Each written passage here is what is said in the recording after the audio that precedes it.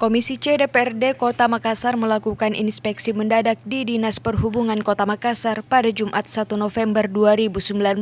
Dalam rangka menjelang pembahasan KU PPAS, DPRD Kota Makassar melakukan pemantauan serapan anggaran dan kebutuhan SKPD jelang pembahasan APBD pokok 2020 mendatang. Dalam pertemuan Komisi C DPRD Kota Makassar bersama Kepala Dinas Perhubungan Kota Makassar, sejumlah masalah tentang perhubungan dan arus lalu lintas yang ada di Kota Makassar, salah satunya masalah penertiban truk masuk kota, yang mana dalam regulasi pemerintah Kota Makassar truk bermuatan 8 ton ke atas tidak boleh masuk kota, mulai pukul 8 pagi hingga pukul 6 petang. Sementara dalam regulasi pemerintah Kabupaten Goa memperbolehkan truk keluar pada pagi, siang, dan sore hari, namun tidak dibolehkan pada malam hari.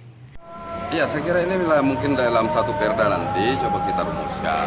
Hanya memang kemarin saya juga koordinasi dengan Goa. Saya sudah bicara dengan Goa. Karena ini ada 2 kabupaten, kita berharap di sini ada campur tangan provinsi. Ya, provinsi supaya ada jalan keluar yang betul-betul karena Goa juga protes begitu.